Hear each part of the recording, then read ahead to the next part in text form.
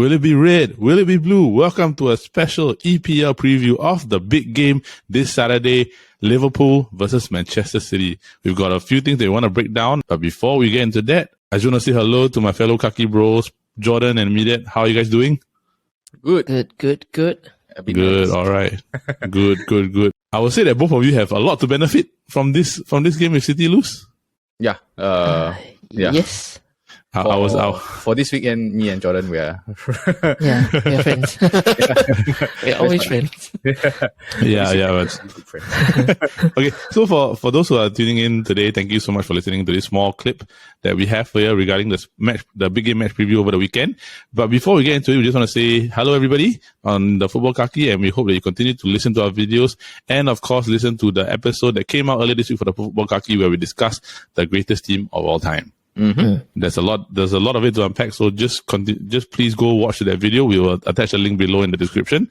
But today is Man City versus Liverpool.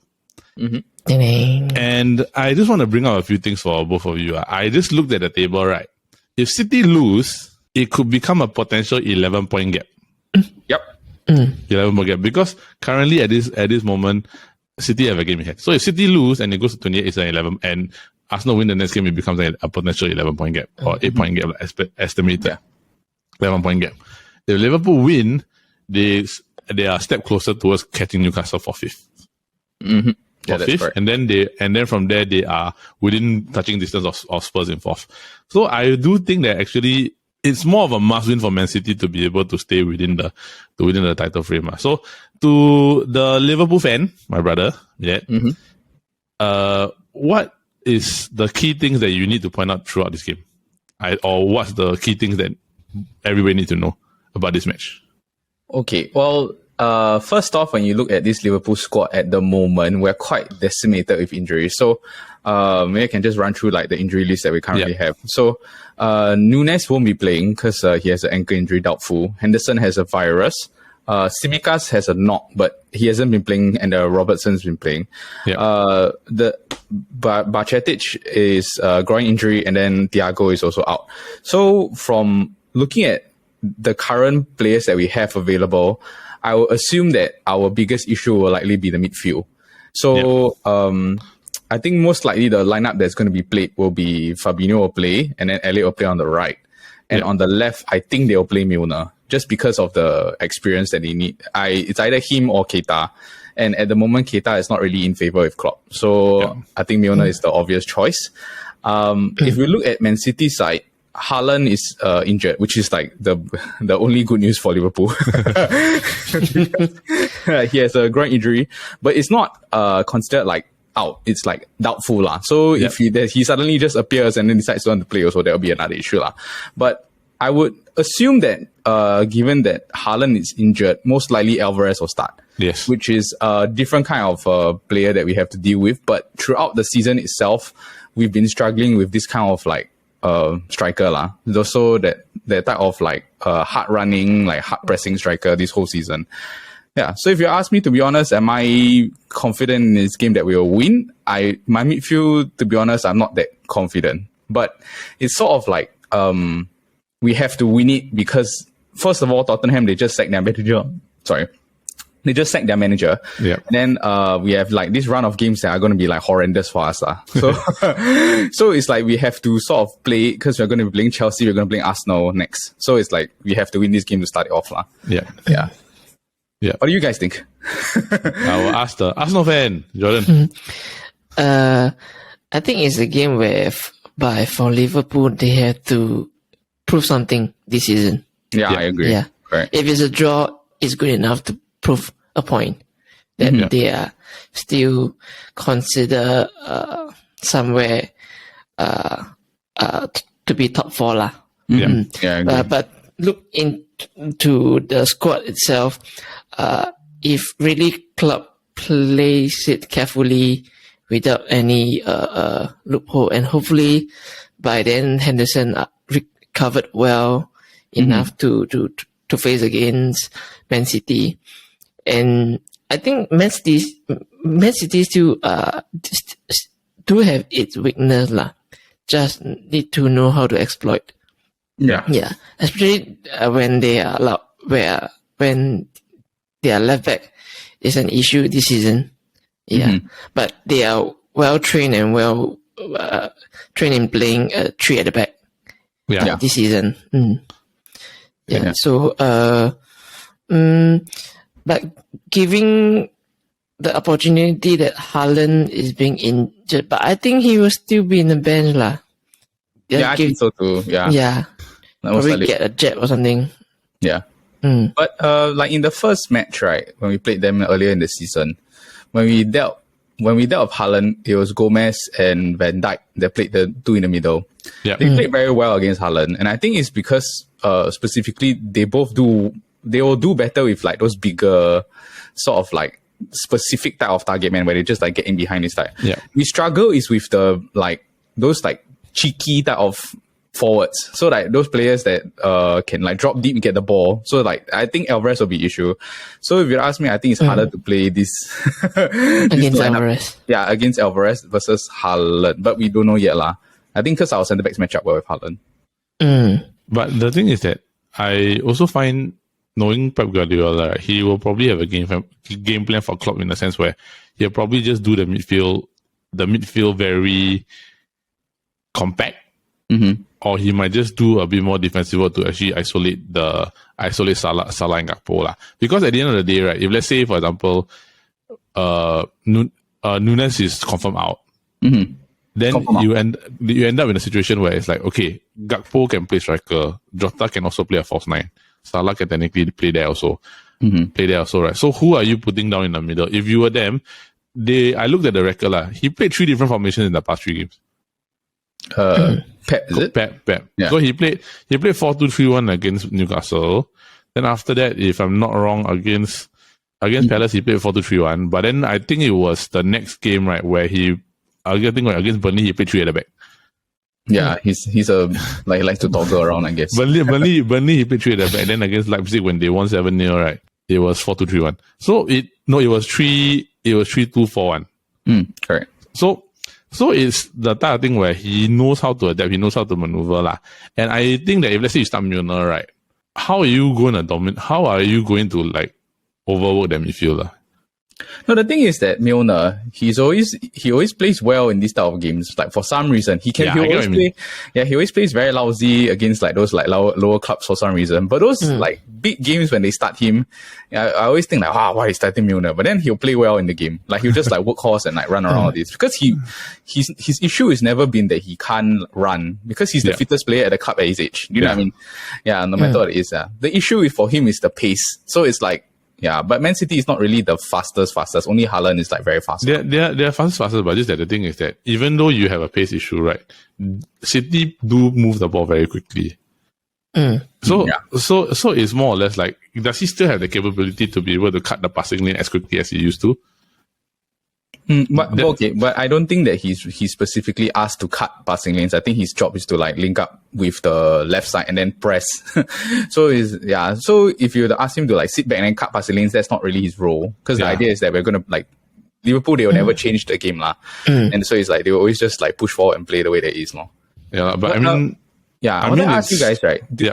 If you're looking at this squad now for this Liverpool, right, who will you start in the front three? Given that Nunes is out. I will start Firmino. Oh, you start Bobby. Okay. I won't. I will do the Gakpo left, Salah right, Jota middle.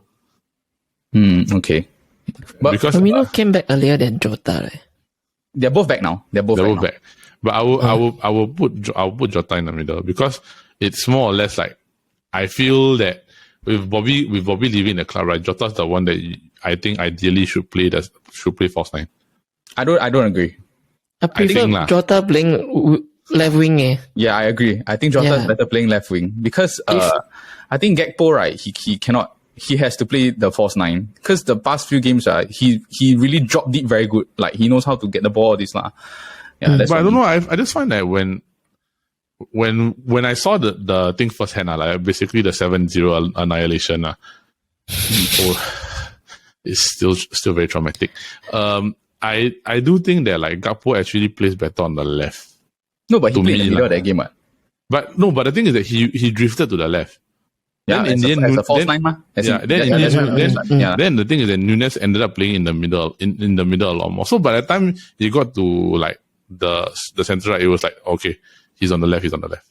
I would think that Gakpo's coming on the left because Gakpo scored his goals on the left. Right? The first goal was on the left. Yeah, but the second goal was on the right. What? Yeah, then Nunes goals were all in the middle. Ma. No, Nunes goals were all headers. Yeah, he was in the middle. He was in the middle, man. No, it was a set piece and then after a cross into the box. Yeah, okay, so, so the idea is that this Nunes ends up in the middle because Gakpo can drop deep as a false nine, ma. You know what I mean? Yeah, I get what I mean. Yeah, so if who's that? If Gakpo moves to the left, then he can't drop deep and pick up the ball and then drive the ball forward, which is what he did very well the past few games, lah. That's why this Klopp also is like, yeah, I think he's better playing in the middle as compared to playing on the left. Yeah, that's what I think. Fair point. I'm sorry if I have a very bad recollection of the game because I feel very traumatized. Yeah. It was a disaster. But yeah, but I'm thinking that this season, if one player in Man City to shut it down or to really continue to weaken is Bernardo Silva. Oh, what do you mean like weaken? Yeah.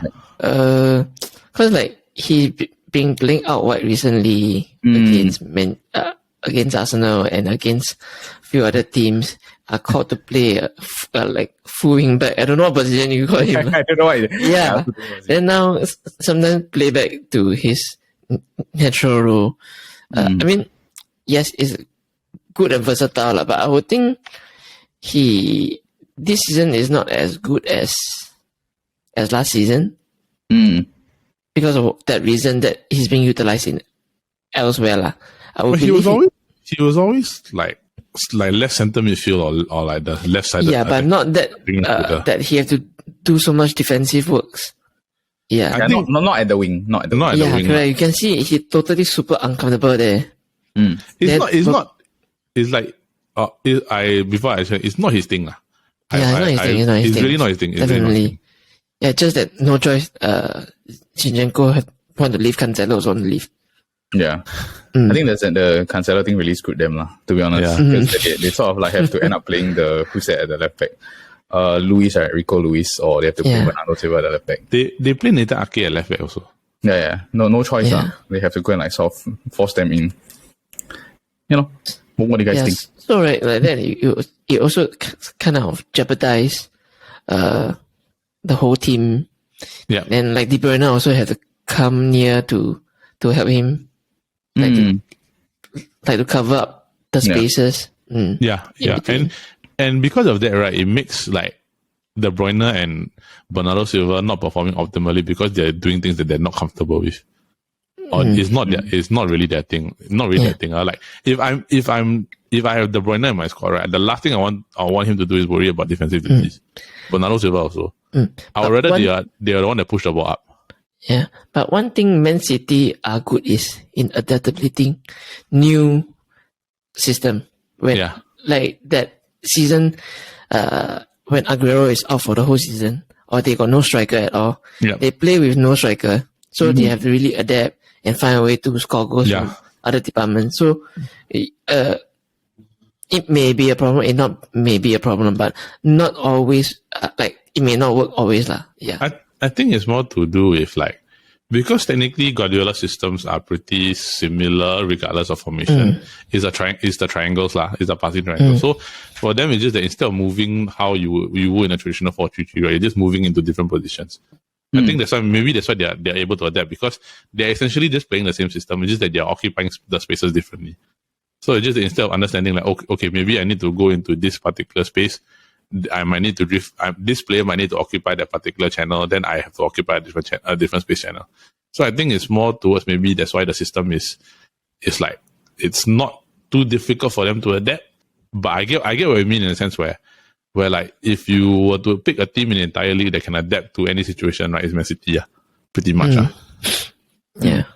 But they will like unlikely have Foden and Haaland might sit on the bench. That's like, I think two of them, they contributed for 38 goals, like Man City's goals. Then the next top scorer is Alvarez with 5. So I think in general, I personally find that Man City is harder when they play with like what Jordan was saying, fluidity, instead of like they go and specifically keep targeting Haaland with the ball. So we shall see like when the games come up. So I'm not very sure that we will like win or anything, but I think it'll be likely a draw. If to be honest, that's what I think will be the end result. So what's your score prediction? I think 1-1. Yeah. Jots? I'm hoping for a draw, but I think Man City will come out the winner. Score? 3-1. Ooh. But no Haaland and Foden 3-1. Yeah. Okay. Yeah, what about you? Yeah. Man City lose, Man City win doesn't benefit Man United at all. So, honestly, for the sake of this, I just don't like Man City. But I do think that at the end of the day, right, City have good chance. I think City will win 1-0. 1-0. Okay. Well, I think it'll be a very tight game, and they'll probably nick it or like something like that. Because one of my concerns is still Trent. Yeah, but Trent recently like start to play inverted wing back style. Yeah, he's been like I think he's been told to be more conservative, and then Elliott's been playing quite well on the right, like to cover for him even though Elliott's not the best defender, but he's working hard So I think two of them playing well together. I think it's more it's still a worry because it is still Trent. It is still Trent. He does have lapses So I think that's why I don't think it will be a very, very like heavily one-sided game. I think it'll just be more like somebody's just gonna do like a moment of magic, then it'll be 1-0. Okay. Yeah. Interesting. We shall see. Yeah. Well, prime time 7:30, right? And I got one prediction though. Yeah. I think Ederson will make a mistake. But you say he made a mistake, then Liverpool lose? Ederson will make a mistake, right? But it will not. I think somebody will save him. Like the almost screw up thing. The almost screw up that thing. Okay, we shall see. Yeah. But if Ederson makes a mistake and screws up, I'll be like, okay. Okay. I think. All right, so that is it for this special episode of the Football Kaki for this weekend. Do let us know your score predictions in the comments below. And of course, don't forget to like and subscribe to the Chit Chatter Podcast Network. And join us next week for the Football Kaki every Wednesday at 8 a.m. So from here, everybody at the Kaki, thank you and enjoy the game this coming Saturday. 7:30 p.m. Let's go. Singapore time.